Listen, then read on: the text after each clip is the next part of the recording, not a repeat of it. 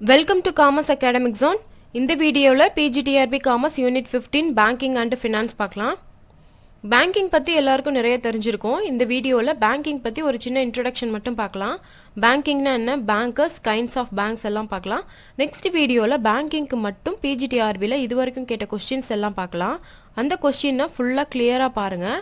அதை பார்த்தாலே எக்ஸாமுக்கு என்ன மாதிரி டைப்பில் கொஸ்டின்ஸ் கேட்பாங்கன்னு கிளியராக புரிஞ்சிடும். ரொம்ப யூஸ்ஃபுல்லாக இருக்கும். ரொம்ப கஷ்டப்பட்டு படிக்கணும்னு இல்லை, இந்த மாதிரி தெளிவாக படிங்க. யூனிட் 5 ஃபுல்லாக கம்ப்ளீட் பண்ணியாச்சு. வீடியோ பார்க்காதவங்க பாருங்கள். வீடியோவோட லிங்க் டிஸ்கிரிப்ஷன் பாக்ஸில் கொடுத்துருக்கேன். First one, meaning of banking. A bank is an institution which deals in money and credit. Bank என்ற இன்ஸ்டிடியூஷன் பணம் மற்றும் கடனை கையாளக்கூடியது. மற்றவர்களுடைய பணத்தை பயன்படுத்தும் இடைநிலையர் தான் பேங்க்னு சொல்கிறோம்.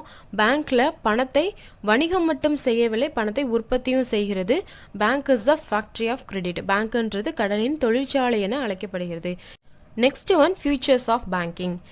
Dealing in money, deposit must be withdrawable. Dealing with credit, commercial in nature of agent. Features of பேங்கிங்கில் என்னென்ன ஃபீச்சர்ஸ் இருக்குன்னு பார்க்கலாம். பணத்தை பரிமாற்றம் செய்ய முடியும், வைப்புகள் திரும்ப பெறுதல், கடன் பரிமாற்றம் செய்தல், வணிக நோக்கம், முகவர் பணி, இந்த மாதிரியான ஃபீச்சர்ஸ் பேங்கிங்கில் இருக்குது. Next one, banker. A person who is doing the banking business is called a banker. He deals with others' money but with his own mental faculties. A banker is not only acting as a depository agent but also an repository of financial advisors. Banking business செய்யக்கூடிய பர்சனை தான் பேங்கர்ஸ்னு சொல்கிறோம். Banker மற்றவர்களுடைய பணத்தை கவனமாக பயன்படுத்துபவர். Banker depository and ஏஜென்ட்டாக மட்டும் செயல்படாமல் ஃபினான்ஷியல் அட்வைசராகவும் இருக்காங்க. Next one, kinds of bank. First one, indigenous banker. Indigenous பேங்கர்ன்றது நாட்டுப்புற வங்கியர். உள்நாட்டு வணிகத்திற்காக கடன் வழங்கி பணத்தை மாற்றுபவர் தான் நாட்டுப்புற வங்கியர்.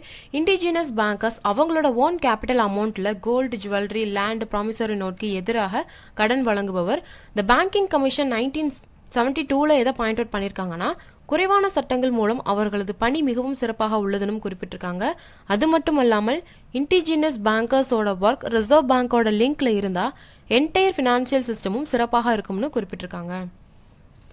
Next one, commercial banks. Commercial பேங்க்ஸ்னா வணிக வங்கிகள். டோட்டல் பேங்கிங் ஆப்ரேஷனில் கமர்ஷியல் பேங்க்கு ஒரு மேஜர் ஷேர் இருக்குன்னு சொல்கிறாங்க. அதாவது மொத்த வங்கி பணிகளில் வணிக வங்கிக்கு அதிக பங்கீடு உண்டு. கமர்ஷியல் பேங்க்ல ஷெட்யூல் பேங்க், நான் ஷெட்யூல் பேங்க்னு 2 டைப்ஸ் இருக்கு. இந்த 2 டைப்ஸோட 53 பிரான்ச்சஸும் இருக்கு. Next one, they accept deposit and grant short term loans to its customers. Commercial bank அவங்களோட கஸ்டமர்ஸோட டெபாசிட் அண்ட் ஷார்ட் டேர்ம் லோனை அக்செப்ட் பண்ணுறாங்க. It gives long term and medium term loan to business enterprises. Business என்டர்பிரைசஸ்க்கு long term and medium term லோனை வழங்குறாங்க.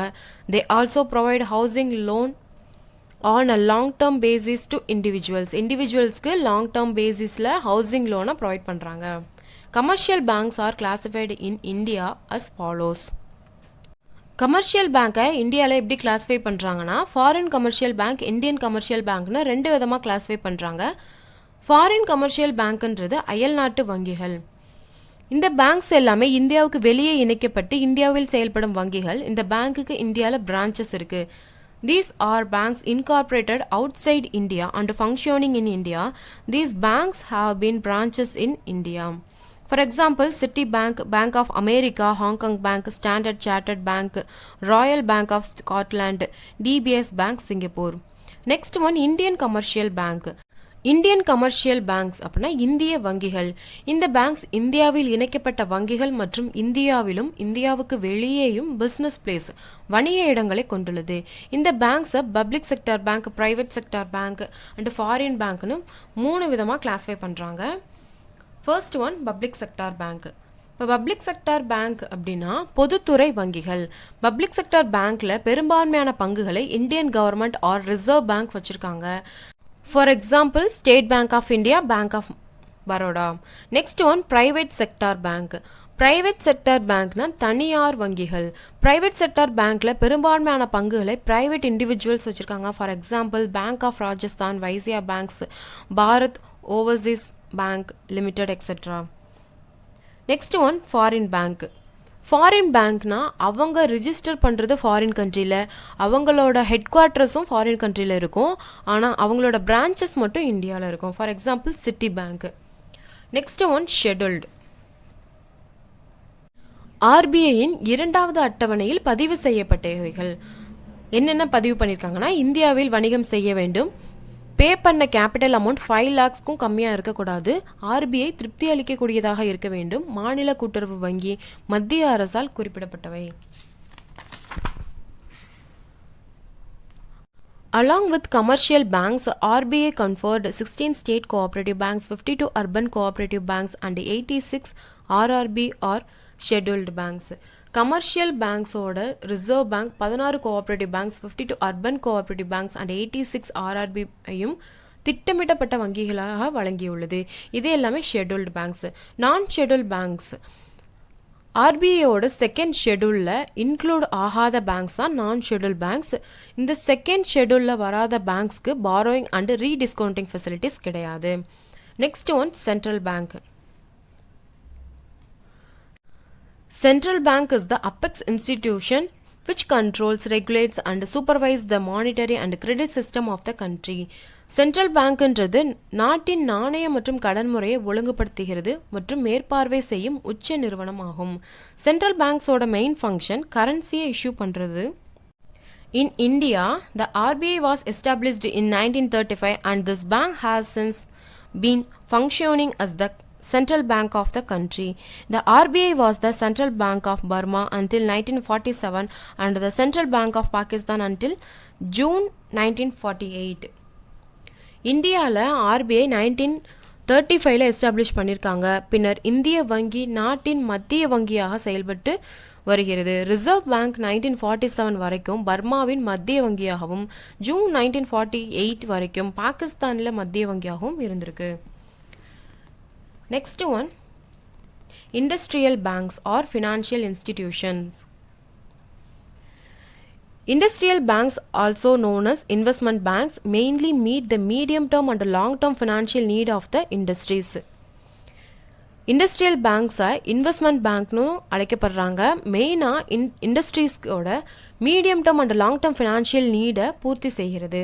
For example IFCI 1948, SFC 1951, IDBI 1964.